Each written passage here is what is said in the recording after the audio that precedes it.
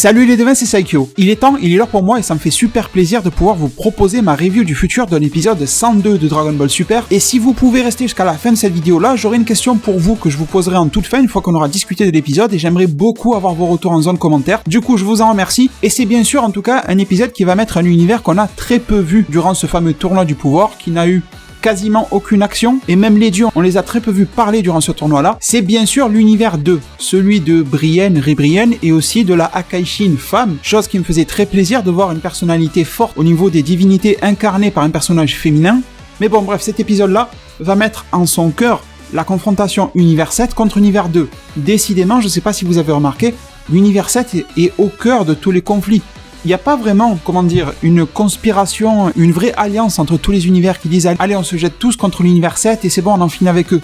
Mais au final, ils finissent tous par se taper contre l'univers 7 et à la limite, c'est dommage pour eux parce que s'ils s'étaient synchronisés en se disant « On va tous se faire l'univers 7 », ça aurait sûrement marché. Bien sûr, en mettant de côté la volonté scénaristique que l'univers 7, c'est l'univers des héros. Vous pouvez pas faire crever l'univers 7 et terminer la série comme ça. Au passage, je réponds à certaines théories sur internet. On m'a dit, d'après toi, est-ce que la fin de Dragon Ball, vraiment la fin de toute cette chronologie-là, ça ne peut pas être une fin super triste avec l'univers 7 qui est supprimé, qui n'existe plus.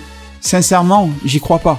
Alors ça serait un choix de fou, mais on n'est pas dans Game of Thrones non plus, donc non. Et même Game of Thrones aura une fin beaucoup plus heureuse que ce que vous m'avez proposé. Donc clairement, l'idée est bien trouvée, c'est pas ça que je dis. Mais je ne pense pas qu'elle soit adaptée à Dragon Ball, mis à part s'ils veulent faire pleurer tous les fans de Dragon Ball de la Terre, mais bon. Bon, en tout cas, en ce début d'épisode 102, clairement, on est dans la pure suite du 101. Limite, ils auraient pu en faire un double épisode. Et on a Brienne de l'univers 2 qui va à la rencontre de Goku, mais aussi de C17 et de C18. Et elle apparaît toute seule comme ça, en haut de son rocher, d'une manière assez classe, il faut le dire. Mais bon, le design de Brienne n'est pas si impressionnant que ça. C'est une jolie jeune fille, j'ai envie de dire, aux cheveux verts, ce qui est un petit peu bizarre.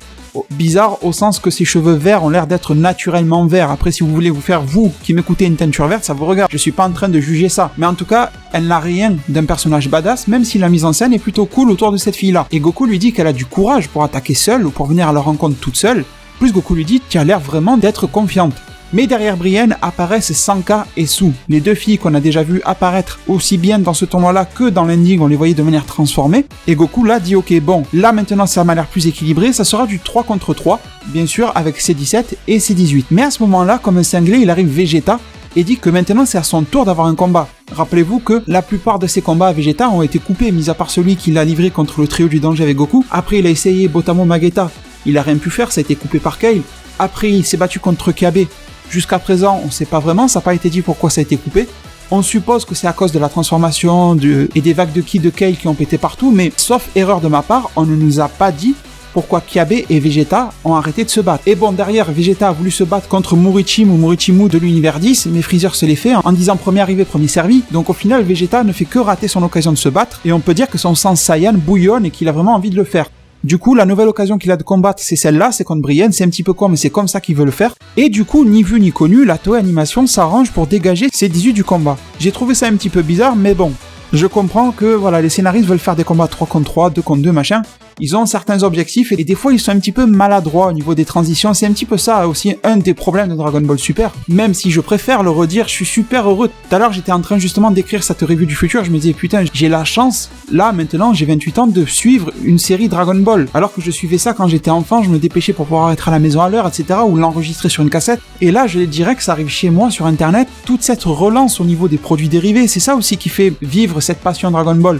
Il n'y a pas besoin d'être un collectionneur de fou de produits dérivés, mais moi ça me fait plaisir quand j'arrive dans un magasin tout basique, un Cultura, même un Carrefour, un truc comme ça, et je vois qu'il y a des produits Dragon Ball qui débarquent, un agenda, un mug, un connerie comme ça. Pendant des années, il n'y avait plus rien dans les commerces. Il fallait vraiment aller dans des boutiques super spécialisées. La plupart faisaient surtout de l'import depuis le Japon, ou alors aller sur internet à des prix super fous. Et encore selon les villes où vous habitez, il n'y a que dalle. Alors que là, maintenant, vous allez dans un Micromania et vous avez un minimum de produits dérivés Dragon Ball. Et je trouve vraiment ça super cool et c'est grâce à la relance de la série qu'on a ça. Bon bref, bon voilà, parenthèse fermée, mais j'avais vraiment envie de vous partager ça. Et maintenant, on a le combat qui s'engage entre Vegeta et Brienne. Les deux sont sous la forme normale, c'est-à-dire Vegeta cheveux noirs et Brienne en forme jeune fille classique. Et du coup, le combat est un peu lent, j'ai envie de dire un peu mou. Et surtout, c'est Vegeta qui domine très facilement. Et Vegeta dit même à haute voix qu'il regrette d'avoir lancé ce combat inutile. Du genre, putain, j'ai galéré pour me trouver un combat à moi dans lequel personne vient me déranger et au final, l'adversaire, c'est de la merde. Bon, en gros, du Vegeta comme on l'aime. Mais Brienne dit que ce n'est pas fini et elle dit « Désolé, Hélas-sama, mais je dois le faire ». Et là, on a eu une image, vite fait, une transition, sur LS, la Kaishin, disant « Ah, je déteste quand elle fait ça », et d'un coup on repasse sur Brienne et on voit Brienne qui se transforme avec son fameux pouvoir de l'amour, et on a déjà vu cette scène-là de transformation, et elle était totalement la même, repompée si vous voulez, de la transformation que l'on avait vue de Brienne en mode Ribrienne dans l'univers 2.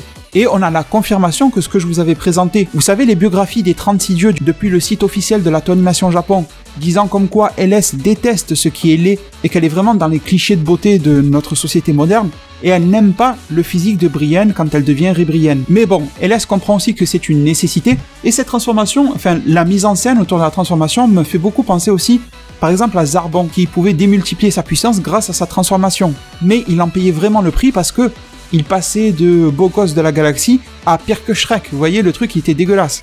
Bon, au final, l'amour est partout sur ce ring et cette arène du tournoi du pouvoir, et les Xenos sont complètement conquis. Par contre, on a un plan sur Freezer très intéressant, et je pense que ça nous tease un petit peu la suite du combat, mais on va en reparler par la suite.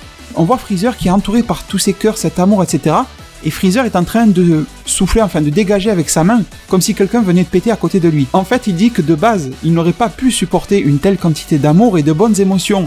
Mais il s'est tellement entraîné en enfer, rappelez-vous quand il était attaché là, avec les petites marionnettes qui chantaient et tout ça, que maintenant ça ne lui fait plus rien du tout. Et j'ai trouvé ça super intéressant et ça fait le lien avec l'épisode dans lequel on a vu Freezer disant « Je suis Shin Golden Freezer ». Traduction, le vrai Golden Freezer. Comme quoi il a pu s'entraîner mentalement énormément en enfer et revenir avec une condition mentale beaucoup plus forte, construite et solide.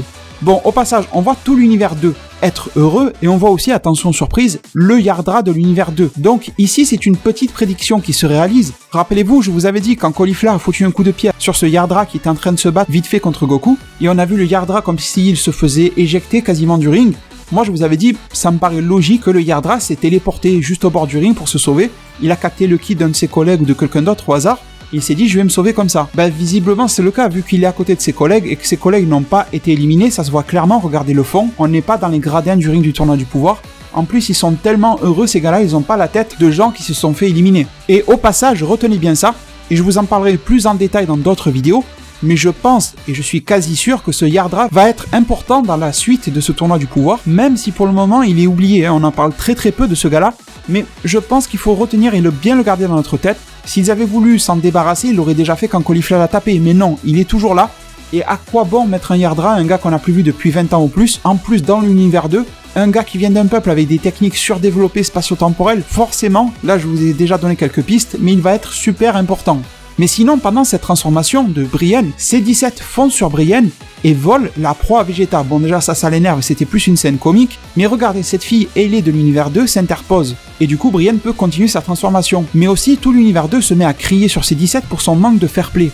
Et même Goku se joint à eux en disant C-17 c'est pas bien, tu devrais mener tes combats par rapport à l'honneur, au fair play, au machin. Mais bon, si vous voulez mon avis personnel, je trouve que Goku s'y prend assez mal dans ce tournoi du pouvoir. Ok, il est efficace, il est fort, il éjecte des gens, je trouve qu'il est très maladroit. Moi, ce que je vois, c'est que Goku veut rester sur des combats à l'ancienne, en fait, qui reposent sur l'honneur, et en plus de ça, il n'hésite pas à combattre le premier qui passe devant lui. Alors que, d'après moi, encore une fois, Goku devrait surtout penser à s'économiser un maximum, comme le fait Jiren. Sauf que je trouve que Jiren et Toppo, ils abusent un petit peu trop. Eux, ils ne combattent quasiment personne. Et la preuve, les Pride Troopers l'ont eu dans l'os la semaine dernière, parce qu'ils se sont fait éclater. Mais au bout du compte, Goku et Vegeta, par exemple, vont aussi le payer très cher, étant donné que ils vont arriver en bout de course face à des Jiren et des Toppo et des gars comme ça, ou même un Hit, lui aussi s'économise énormément, et même si Goku et Vegeta ont leur chance, on va dire ça comme ça, eh bien ils risquent de se faire défoncer et déboîter, tout simplement parce qu'ils sont à court de jus. Bon, bah du coup, C-17 est en plein combat avec cette fille qui a des ailes et des yeux allumés, un petit peu bizarre, comme une fille démoniaque, là je sais pas trop quoi, mais malgré son apparence à cette fille qui est plutôt badass,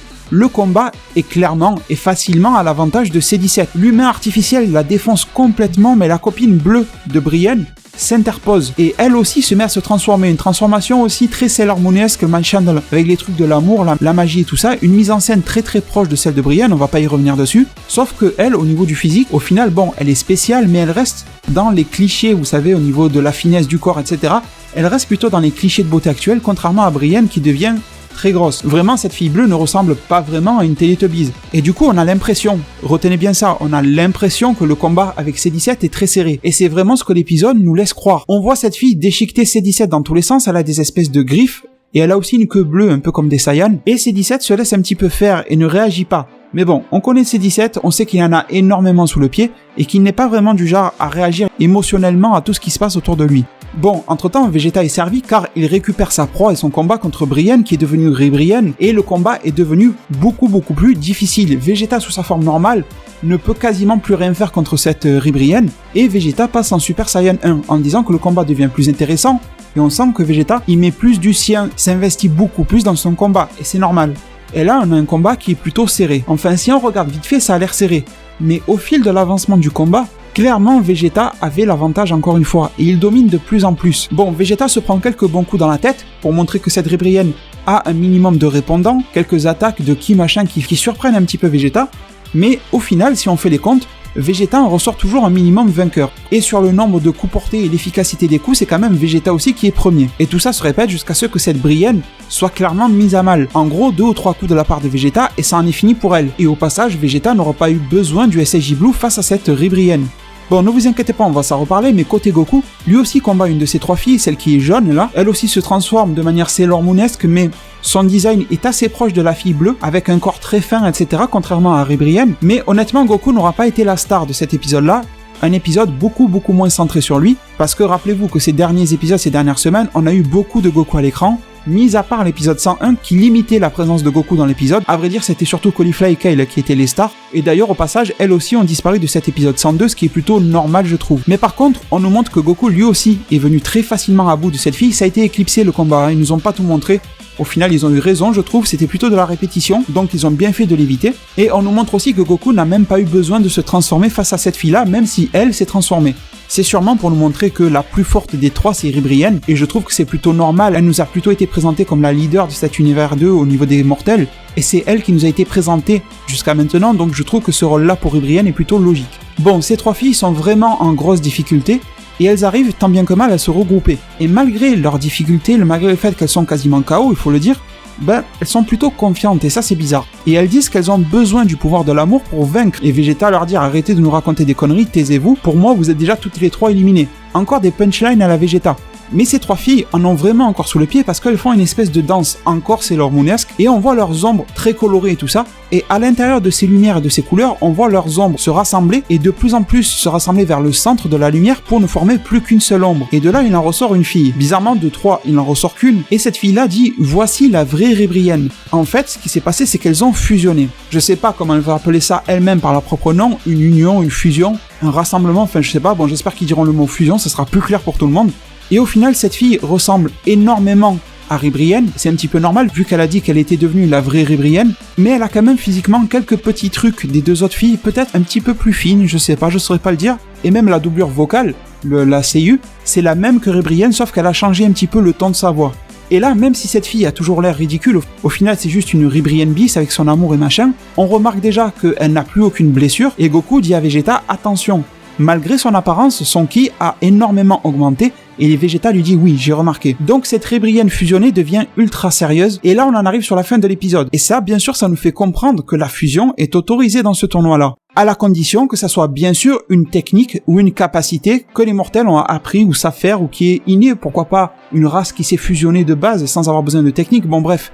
Du moment où ça vient de vous, vous avez le droit de le faire. Par contre, je pense qu'on peut mettre de côté l'idée des Potara dans le tournoi. Attention, je distingue toujours le tournoi du pouvoir et l'arc survie de l'univers. Vous allez me dire que je me répète, mais il y a toujours des nouveaux qui arrivent sur la chaîne ou d'autres personnes qui n'ont pas eu le temps de voir mes anciennes vidéos et qui vont venir m'en parler en zone commentaire, donc je préfère être clair, je trouve que c'est beaucoup mieux comme ça. Et bon, bien sûr, la fusion métamol devient possible, et la fusion métamol a toujours été canon, la preuve avec Gotenks. Mais si tôt ou tard Goku et Vegeta se mettent à fusionner, il faudra absolument, je dis bien absolument, nous expliquer comment, où et quand Vegeta a appris la fameuse danse métamol permettant la fusion. Car je préfère le répéter, Vegeta n'a vraiment jamais appris cette danse dans la chronologie Dragon Ball, et notre bon vieux Gogeta du film n'est pas canon. Idem pour celui de DBGT, ça n'est pas canon. Bon, au final, je reviens sur cette Ribrienne, ou plutôt je devrais dire cette Ribrienne fusionnée. On ne la voit pas au combat, mais moi j'ai quelques intuitions à vous partager là-dessus. On ne fait que nous bassiner avec ce pouvoir de l'amour, etc. Est-ce qu'on ne pourrait pas tomber sur un personnage, enfin cette Ribrienne fusionnée, qui va avoir des pouvoirs de l'amour vraiment évolués et accentués, et par exemple avoir des capacités qui manipulent les sentiments de son adversaire, par exemple faire tomber amoureux son adversaire, ou n'importe quel type de personne qui vous fait face. Parce qu'on a déjà vu le pouvoir charmeur de Ribrianne quand elle s'est transformée, son univers, là, les combattants de son univers étaient complètement fous, même les Zénos sont tombés amoureux. Alors ok, ce sont deux petits cons, mais quand même ça reste des dieux quelque part, vous voyez ce que je veux dire en même temps. Du coup, je trouve que ça serait intéressant que les pouvoirs de Ribrianne fusionnés soient faits comme ça, qu'elle arrive à manipuler les sentiments et que ce pouvoir-là soit capable de marcher uniquement sur les gens capables d'éprouver de l'amour. Et ça marcherait sur la plupart des gens qui sont sur ce ring-là, Goku, Vegeta, machin, tous en sont capables. Par contre, il y en a un qui est vraiment incapable de ça, parmi tout le monde, parmi tous ces mortels, c'est Freezer. Même par-dessus Frost, je trouve que c'est vraiment Freezer. Et je pense que ça serait cool d'avoir un bon gros combat de Freezer contre cette Ribrianne fusionnée. Et bien sûr que Freezer vienne à bout de cette Ribrianne-là et que du coup, il fasse d'une pierre trois coups et qu'il élimine les 3 filles. Vu qu'il éliminera la version fusionnée, les 3 se font sortir en même temps. Et étant donné qu'on n'a pas eu beaucoup d'actions de Freezer depuis ce début de tournoi, ça serait cool que ça soit à lui de prendre l'avantage sur ça. Et en même temps, ça nous permettrait de justifier le pourquoi du comment Freezer en viendrait à sauver la Team Univers 7 et à sauver Goku et Vegeta. Tout simplement parce que tout cet amour, il en a marre, il veut s'en débarrasser, et il ferait pas vraiment ça pour sauver Goku parce que c'est devenu son ami, mais plus parce qu'il en a marre de cette fille-là, et c'est plutôt une bonne proie pour lui. Freezer qui élimine l'amour incarné, c'est quand même une belle affiche. Et en même temps, ça permettrait de faire en sorte que Goku, Vegeta et compagnie, toute la Team Z carrément, ne soient pas capables de combattre vu qu'ils seraient pris au charme et ne seraient pas capables de bouger par eux-mêmes. Bon, on est bien d'accord, si les scénaristes voulaient faire en sorte que Goku reprenne ses esprits, ils l'auraient fait. Mais bon, il faut aussi comprendre qu'on ne peut pas faire non plus tous les reproches du monde aux scénaristes, ils font ce qu'ils peuvent, mais ça reste un divertissement de fou, et ça je préfère le préciser encore une fois. Bon oui, bien sûr, avant de vous quitter et avant de vous poser ma question, mais on a aussi eu par exemple le gars ridicule de l'univers 10 qui a voulu s'en prendre à Piccolo, car Piccolo était un petit peu seul, mais Piccolo lui a mis 2 claques tout simplement, le gars faisait des danses bizarres là, il appelait ça les danses de la beauté, mais bon ça a pas duré longtemps, et heureusement que Piccolo n'a pas galéré face à ça, et l'univers 10 est encore plus dans la merde vu qu'ils viennent de perdre encore un gars, et j'ai l'impression que l'univers 10 se fait éliminer mais à petit feu. À chaque épisode ou presque, il y en a un qui dégage. Je sais pas si vous avez remarqué, mais c'est à peu près ça. Et bon, bien sûr, je vous l'ai promise, ma question pour vous, on parle de fusion, on parle de possibilités de fusion métamol, etc. Est-ce que d'après vous, la fusion Goku avec Gohan est possible?